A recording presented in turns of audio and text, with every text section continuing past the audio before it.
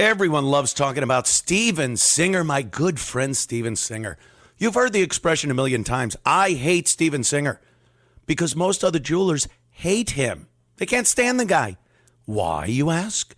Because Steven Singer delivers the best quality, real diamond jewelry at the very best possible price every single day. He makes it so easy to buy real diamond jewelry for someone you love. And he makes it fun. Yeah, I'm not kidding. No phony sales, discounts, or pricing games. Steven wouldn't treat his friends any other way. So why would he treat you differently? Steven Singer. He's a jeweler you can trust. Steven also has the best guarantee in the jewelry business, a full 100-day, 100% money-back guarantee, plus fast, free shipping all year long. Experience the difference. Visit our good friend Steven Singer in his showroom at the other corner of 8th and Walnut in Philly, or more conveniently online at IHateStevenSinger.com. Real, natural, rare earth-born diamonds from a real jeweler you can trust. Steven Singer Jewelers, one place, one price. That's IHateStevenSinger.com. Listen, all you New Yorkers. Excuse me, taxi. Okay, we're looking around. This is the 77 WABC minicast. Matthew from the Jersey of New. What's up? What's going on, Anthony?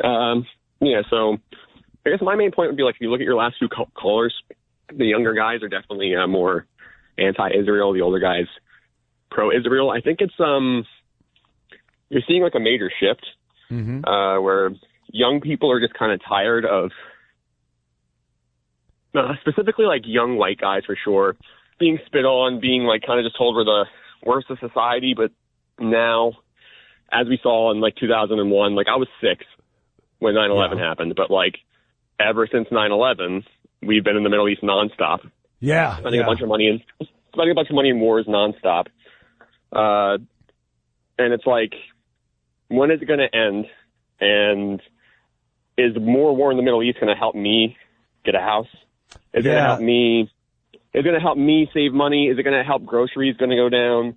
Or is it going to help some, company that may or may not be in bed with politicians make a bunch of money on new contracts? Well, we've seen this story before, Yeah, Matthew, that's another great point because people are tired of it. It's gone on for so many years, and when people really become cognizant of the problems we have here in this country, and then you got a group of people that have been called a pariah, the worst people in America, you start getting mad, and your straight white kid these days is pretty tired of being called the problem.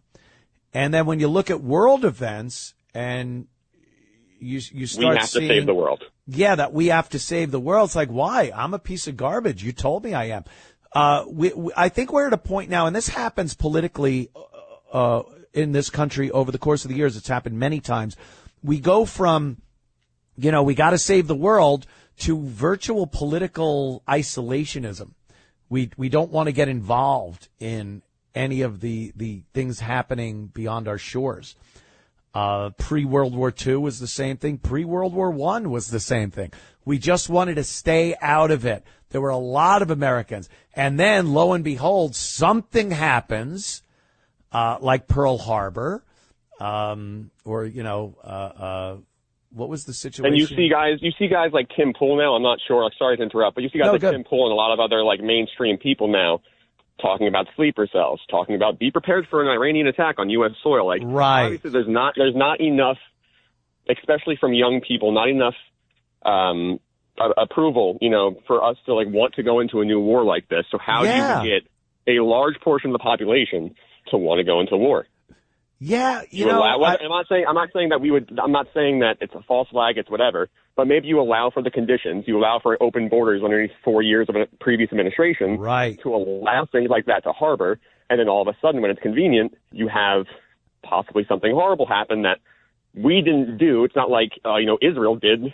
I'm not saying anything like that, but we allow the conditions almost to harbor in the country for these things to happen and then be shocked when it's like, yeah, well, now we have to go save the world again. It's like, okay, but why do we allow these sleeper cells to form? Why do we allow people to come in? It is something to think about that maybe some of the powers that be put these situations in place to make it a lot more plausible that these things could happen. If we hadn't let in tens of millions of illegals, it would be pretty hard to say, well, there are so many sleeper cells that came into the country during the time when the border was open. It's like, no, it wasn't open.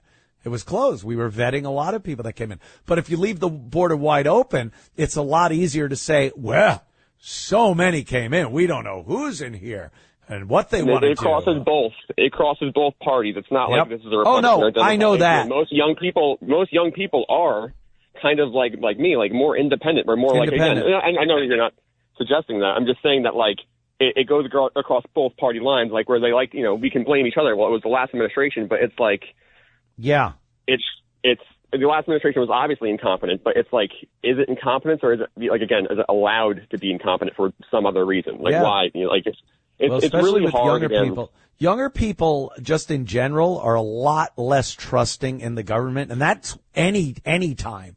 But now, especially now, with all the other avenues of information you can get or disinformation you can get, the youth of this country are very distrusting in the government.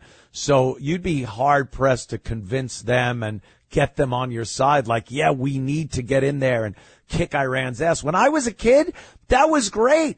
I was in high school going, yeah, let's kick Iran's ass, because it was just cool. It was something that you wanted, we're America. Let's go kick some ass. And now the youth is like, what's wrong with you? Let's pretty much stay out of this. I just spent $97 on eggs and bacon. You know what I mean? It's like, not actually, but like, it's, was it a lot of eggs and bacon? Where it's like, do I really want to go spend more money? I really want to go spend more money to kill somebody I've never met. And I'm not saying that Iran's cool, Houthis are cool, Hamas is cool. I'm not out here in the streets yelling Free Palestine. I'm not one of those guys, but I think there's a lot of other people who are just tired. We're like tired, and when do we get a break? When do we get a break? World police, man. We're the world damn police. Thanks, Matthew. Appreciate the call. Everyone loves talking about Steven Singer, my good friend Steven Singer. You've heard the expression a million times. I hate Steven Singer, because most other jewelers hate him. They can't stand the guy. Why, you ask? Because Steven Singer delivers the best quality, real diamond jewelry at the very best possible price every single day. He makes it so easy to buy real diamond jewelry for someone you love. And he makes it fun. Yeah, I'm not kidding. No phony sales, discounts, or pricing games. Steven wouldn't treat his friends any other way. So why would he treat you differently? Steven Singer. He's a jeweler you can trust. Steven also has the best guarantee in the jewelry business, a full 100-day, 100% money-back guarantee, plus fast, free shipping all year long. Experience the difference. Visit our good friend Steven Singer in his showroom at the other corner of 8th and Walnut in Philly, or more conveniently online at IHateStevenSinger.com. Real, natural, rare earth-born diamonds from a real jeweler you can trust. Steven Singer Jewelers. One place, one price. That's IHateStevenSinger.com.